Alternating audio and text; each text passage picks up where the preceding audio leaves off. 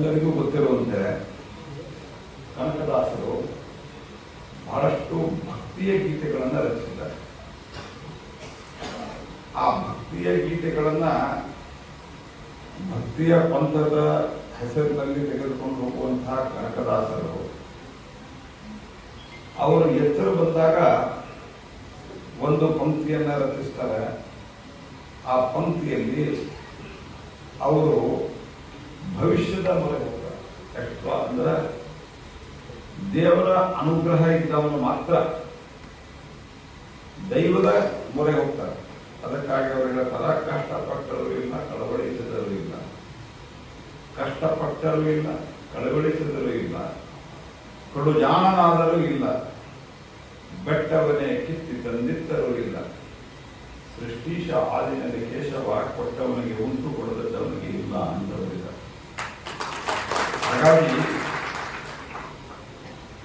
ಬಾಳವನ್ನ ಕೇಂದ್ರವಾಗಿರಿಸಿಕೊಂಡು ಅವರು ಸಾಹಿತ್ಯ ಕ್ಷೇತ್ರಕ್ಕೆ, ಕನ್ನಡ ಸಾಹಿತ್ಯ ಕ್ಷೇತ್ರಕ್ಕೆ ಆ ಸಂದರ್ಭದಲ್ಲಿ ಇದ್ದಂತಹ ಬಹಳಷ್ಟು ಸಂಗತಿಗಳು ಸಂಸ್ಕೃತದಲ್ಲಿದ್ದವು. ಸಂಸ್ಕೃತ ಈ ದೇಶದ ಮೂಲ ಭಾಷೆ ಮತ್ತು ಸಂಸ್ಕೃತಕ್ಕೆ ಸೈಂಟಿಫಿಕ್ ಬೇಸು ಇದೆ ಅನ್ನುವಂಥದ್ದನ್ನ ನಾವು ಭಾರತೀಯರು ಹೇಳೋದಲ್ಲ, ಜಗತ್ತಿನ ಬೇರೆ ಬೇರೆ ದೇಶಗಳ ಮುಂದುವರೆದಂತಹ R&D ಆಗಿ ಅಂದರೆ ರಿಸರ್ಚ್ ಅಂಡ್ ಡೆವಲಪ್ಮೆಂಟ್ ಮಾಡುವಂಥವ್ರು ಹೇಳಿದ್ದಾರೆ ಈ ವಿಷಯದಲ್ಲಿ. ಸಂಸ್ಕೃತ ಬಗ್ಗೆ ಅದಕ್ಕೊಂದು ಸೈಂಟಿಫಿಕ್ ಲ್ಯಾಂಗ್ವೇಜ್ ಅಂತ ಹೇಳಿ, ಆದರೂ ಕೂಡ ಆಯಾ ಪ್ರಾಂತೀಯ ಭಾಷೆಗಳಲ್ಲಿ ಹೇಳಿದಾಗ ಜನರಿಗೆ ಗೊತ್ತಾಗ್ತಿತ್ತು. ಕನಕದಾಸರು ಕನ್ನಡದಲ್ಲಿ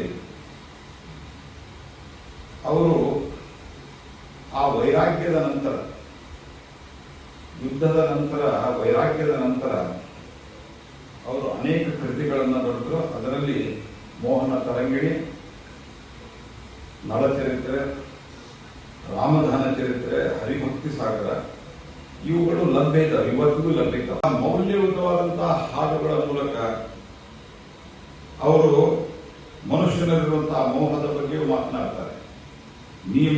ನೀ ಮಾಯೆಯೊಳಗೋ ನಿನ್ನೊಳು ಮಾಯವೋ, ನೀ ದೇಹದೊಳಗೋ ನಿನ್ನೊಳು ದೇಹವೋ, ಕಾಗಿನೆರೆ ಆದ ಕೇಶವ ಉಸಿರೆನ್ನೆಲ್ಲವನ್ನ ಎಲ್ಲ ನಿನ್ನೊಳಗೆ ಅನ್ನುವಂತಹ ಮಾತಂದ್ರ, ನಾನು ನನ್ನದು ಈ ಅಹಂಕಾರವನ್ನ ಬಿಟ್ಟು ನೀನು ಆದಿಕೇಶವನಿಗೆ ದಾಸನಾಗು, ನಿನ್ನ ಎಲ್ಲ ಸಮಸ್ಯೆಯೂ ಬಗೆಹರಿತದ ಅನ್ನುವಂತಹ ದೃಷ್ಟಿಯಲ್ಲಿ ಒಂದು ಬಹುದೊಡ್ಡವಾದಂತಹ ಭಕ್ತಿಯ ಮಾರ್ಗವನ್ನ ಕಲಿಸಿದಂಥವರು ಅದು ಕನಕದಾಸರು.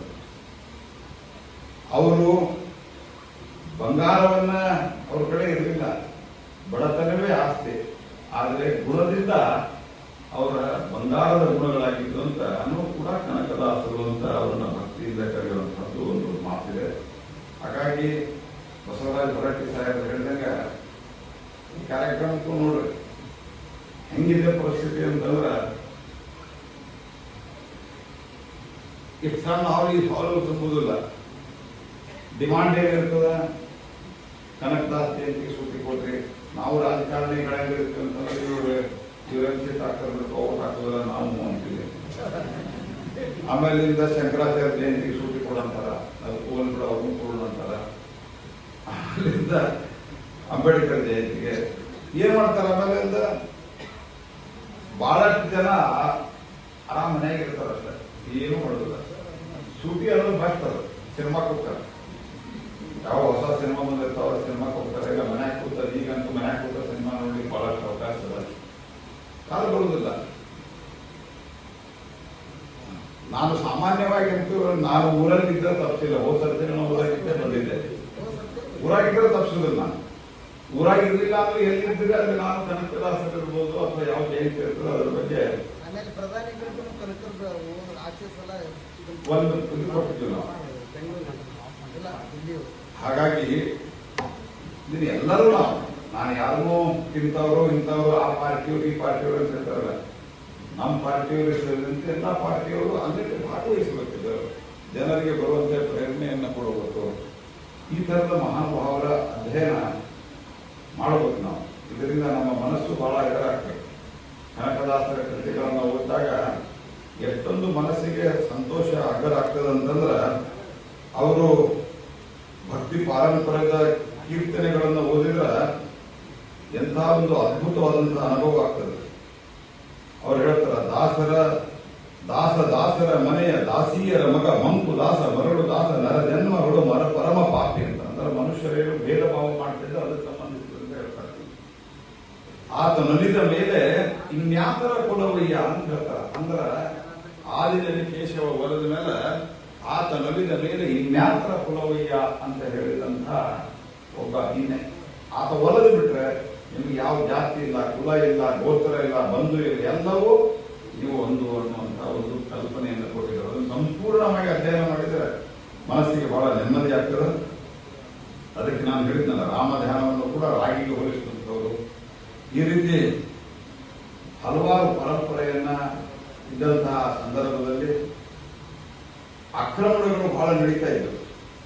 ಆ ಆಕ್ರಮಣಗಳು ನಡೀತಾ ಇದ್ದಂತಹ ಸಂದರ್ಭದಲ್ಲಿ ಭಕ್ತಿ ಪಂಥ ಮತ್ತು ಅದೇ ರೀತಿ ನಮ್ಮ ಸಂಸ್ಕೃತಿಯನ್ನು ಉಳಿಸಲಿಕ್ಕೆ ಅವರ ಒಂದು ಕೊಡುಗೆ ಬಹಳ ದೊಡ್ಡದಾಗಿದೆ. ಹಾಗಾಗಿ ಸದಾಕಾಲಕ್ಕೂ ಇವರು ಇಂತಹ ಮಹಾಪುರುಷರು ಮತ್ತು ಭಾರತದಲ್ಲಿ ಹುಟ್ಟಿದಷ್ಟು ಮಹಾಪುರುಷರು ಜಗತ್ತಿನಲ್ಲಿ ಯಾವ ದೇಶದಲ್ಲೂ ಹುಟ್ಟಿಲ್ಲ. ಅವರೆಲ್ಲರ ಬಗ್ಗೆನೂ ಸ್ವಲ್ಪ ನಮಗೆ ಅಧ್ಯಯನ ಇರಬೇಕು.